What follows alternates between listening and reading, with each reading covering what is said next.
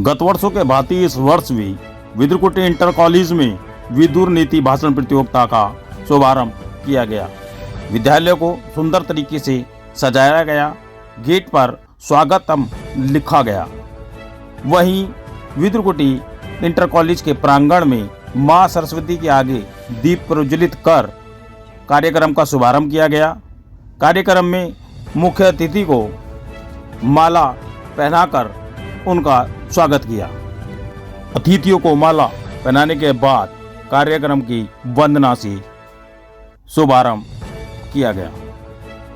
कार्यक्रम में छात्राओं ने सुंदर प्रस्तुति देकर मन मोह लिया।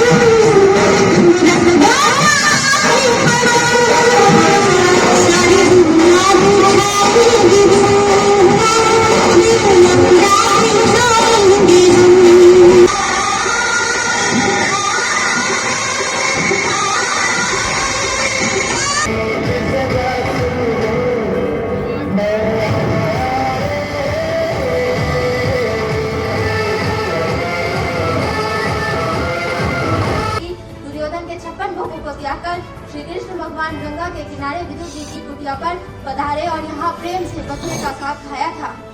जो भी अपने जीवन में कार्य करता है उसको अच्छी तरह से सोच समझकर आलस्य को त्याग कर अपनी पूर्ण बुद्धि से और पूर्ण क्षमता से अगर वो उस कार्य को करता है तो उस कार्य के लिए उस व्यक्ति के जीवन में उसे कोई भी परेशानी नहीं है। मनुष्य अकेला पाप करता है, बहुत से लोग उससे मौज उड़ाते हैं। मौज उड़ाने वाले तो छूट जाते हैं, परंतु उसका कर्ता दोष होता है। अगर इस बात को आधुनिक भारत के भ्रष्टाचारी व्यक्ति समझ पाते तो योगे सर्वकर्मणा और उपायोगे मनुष्याना नर पंडित उच्यते, अर्थात वह व्यक्ति जो सभी बातों का अच्छे से ज्ञान प्राप्त करता है, वह व्यक्ति जो अपने बातों को सही ढंग से बोलता है, वह व्यक्ति जो अनेक उपायों को जानता है, वही व्यक्ति पंडित कहलाता है। कि हम अभाव में है, हमारे पास आर्थिक धन की कमी है, सुविधाओं की कमी है, आदि में से आप विभिन्न कंपनी के सीईओ निकलेंगे। तो मेहनत करिए, मेहनत ही सफलता की ओर ले जाती है। यदि आप विदुर नीति को आत्मसात करेंगे, उपयोग करेंगे, तो उससे आपको अपना जीवन सुदृढ़ और सुचारू चलाने में बहुत बड़ा सहयोग मिलेगा। और मैं आप सबसे आग्रह करती हूँ, अपनी योग्यता और क्षमता का अगर आप भरपूर उपयोग करेंगे तो आपको आगे बढ़ने से कोई नहीं रोक सकता। विशेष रूप से मैं बेटियों से आग्रह करूंगी कि वो अपनी योग्यता और सपनों को पूरा करने में भरपूर उपयोग करें, क्योंकि हमारे प्रधानमंत्री मोदी जी भी बेटियों के लिए और नारी शक्ति को आगे बढ़ाने के लिए बहुत सारी योजनाएं लाए हैं। आज उनको याद किया जा रहा जिन्होंने सही सलाह दी और वो मानी नहीं गई, और यदि मानी जाती तो हो सकता है विदुर नीति ही ना होते, क्योंकि फिर कहाँ याद करते।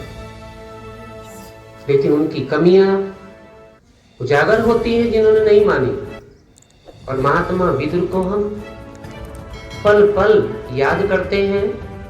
दो ही व्यक्ति ऐसे हैं जिन्हें अपने शिष्य से हारना या पुत्र से हारना या अपनी औलाद से हारना अच्छा लगता है। उसके अलावा तुम्हारा कितना ही प्रिय साथी हो, जब तुम नंबर ज्यादा ले आओगे उससे, वो भले ही ना कहे, लेकिन मन में कहीं ना कहीं तुम्हारी प्रति ईर्ष्या पैदा हो जाएगी। बच्चों को मोबाइल देकर उनकी आदत खराब करना है, और बच्चे रात में क्या करते हैं, अलग कमरे में पढ़ते हैं। हम ये समझते हैं कि बच्चे इक्वेशन देख रहे होंगे इसमें या पढ़ रहे होंगे, लेकिन पता चला यदि उन्हें कोई चेक कर ले तो पता चला वो कोई उसमें कोई पिक्चर देख रहा है, कोई कुछ कर रहा है। तो इस तरह की भी हमें यदि मोबाइल देना है तो हम उन लोगों को, हम जो अभिभावक हैं, अपने बच्चों को रात रात में चेक भी करना चाहिए कि इसका उपयोग कर रहे हैं या दुरुपयोग कर रहे हैं। एकमात्र कारण अगर कुछ है तो हम जहाँ जिसके पास जो जो शक्ति है, चाहे वो बौद्धिक शक्ति हो, चाहे वो मानसिक शक्ति हो, चाहे शारीरिक शक्ति हो, चाहे धन की शक्ति हो, वो उसका अपने अपने व्यक्तिगत स्वार्थ के लिए उपयोग करने का काम कर रहे हैं। और विद्यालय में प्रथम स्थान पाने वाली तनिष्का ढाका को प्रशस्ति पत्र व स्मृति चिन्ह देकर सम्मानित किया गया, तो वहीं शेष 23 बालकों को भी स्मृति चिन्ह व प्रशस्ति पत्र देकर उनका उत्साहवर्धन किया गया। 8 विद्यालयों के 24 छात्र छात्राओं ने इस प्रतियोगिता में भाग लिया था। निर्णायक मंडल में रविंद्र कुमार शर्मा, डॉक्टर इंद्रपाल यादव, बलराज सिंह रहे। इस मौके पर प्रबंधक संचालक राकेश कुमार शर्मा, अरुण कुमार त्यागी, डॉक्टर निर्मला शर्मा, प्रधानाचार्य कैलाश चंद, अखिलेश चौधरी, अखिलेश शर्मा, प्रशांत शर्मा, रवि आर्य, मेघना शर्मा, सुषमा खन्ना, कमलिंदर सिंह, ज्ञानेंद्र सिंह, निरंजन कुमार, दर्जनों अध्यापक मौजूद रहे। हम मौजूद हैं विदुरकुटी इंटर कॉलेज के प्रांगण में, जहां आज विदुर नीति प्रतियोगिता चल रही है। बात करेंगे मास्टर राजपाल सिंह से, जो समाज सेवक भी हैं और अध्यापक भी रहे हैं। आज उनसे विदुर नीति पर बात करते हैं। चलिए, नमस्कार राजपाल जी, आपका स्वागत है सत्य इंडिया न्यूज़ में। मैं हूं कौशल कुमार शर्मा, कैमरामैन विनय। बहुत बढ़िया, मैं आपका धन्यवाद करता हूं कि आपने इस सामाजिक मुद्दे को अपने माध्यम से उठाने का प्रयास कर रहे हैं। धन्यवाद, आपका भी धन्यवाद। विदुर नीति पर क्या कहना चाहते हैं आप? विदुर की नगरी में खड़े हैं और बड़े नसीब वाले हैं, और इस पर मैं चाहता हूं कि आप 2 शब्द हमारे दर्शकों को। मैं आपके दर्शकों को कहना चाहूँगा कि विदुर नीति जो आज यहाँ कॉलेज में विदुर नीति पर प्रतियोगिता कराई जा रही है बच्चों में, इसके माध्यम से बच्चों में वो ज्ञान पहुँचेगा विदुर जी के व्यक्तित्व का, उनके जीवन से जुड़ी हुई सारी बातों का। और हर वर्ष ये विद्यालय कराता है। विदुर जी ऐसे धर्मनिष्ठ और न्यायकारी आदमी थे कि जब उन्हें हस्तिनापुर के राज्य में वहाँ की नीतियों से अच्छा नहीं लगा तो वो वहाँ से छोड़ के यहाँ दाननगर में आ गए थे। और ये उनकी तपोस्थली है और ये आज विदुरकुटी के नाम से प्रसिद्ध है। आपने अपने चैनल के माध्यम से इस बात को आगे बढ़ाया, मैं आपका धन्यवाद करता हूँ राजपाल सिंह। बात करेंगे इसी क्रम में विदुरकुटी के प्रांगण में हमारे पास ही खड़े हैं हमारे सीनियर भी हैं और अखबार से जुड़े हुए हैं, वरिष्ठ पत्रकार हैं। आज वे भी विदुर नीति प्रतियोगिता में हिस्सा बने हुए हैं। जानेंगे विदुर नीति पर उनके विचार क्या हैं, विदुर के विषय में क्या कहना चाहते हैं। और तो पहले जानते हैं विदुर की नीति के बारे में। नरेश जी, आज थोड़ा प्रकाश डालें विदुर नीति पर। आज श्री विदुर गुरुकुल इंटर कॉलेज के प्रांगण में आयोजित की जो प्रतियोगिता आधुनिक भारत में विदुर नीति की क्या प्रासंगिकता है, उसके बारे में आज यहाँ बच्चे अपने अपने विषय यहाँ रख रहे हैं। और इससे पता चलता है कि विदुर जी ने महिलाओं के प्रति कितना मान सम्मान विदुर जी रखते थे।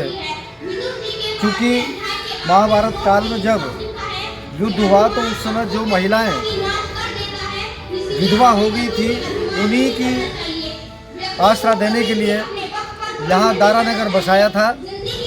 तो हस्तिनापुर की जो विधवाएं थी उन्हें आसरा देने के लिए दारानगर बसाया गया।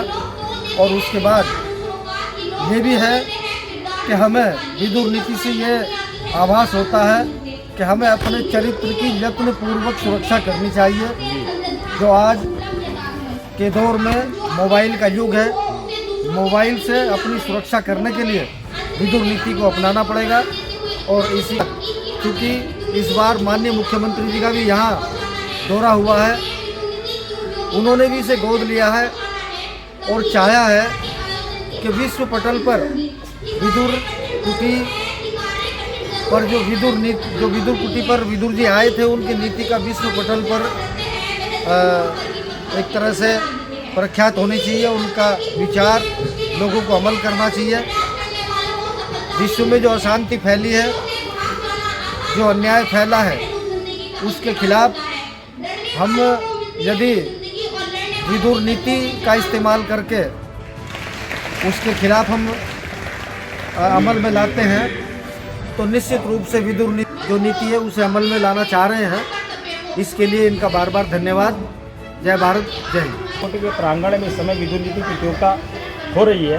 विदुर की नीतियों पर क्या प्रकाश डालना चाहती हैं, वो हमारे दर्शकों को आप बताएं। विदुर नीति एक ऐसा ग्रंथ है जिसमें असंख्य मोती समाहित है। हमें अपने जीवन में विदुर जी से प्रेरणा लेनी चाहिए और उन नियमों को अपने जीवन में उतारना चाहिए। विदुर जी कहते हैं कि हमें धर्म और कर्म कमाना चाहिए अपने जीवन में।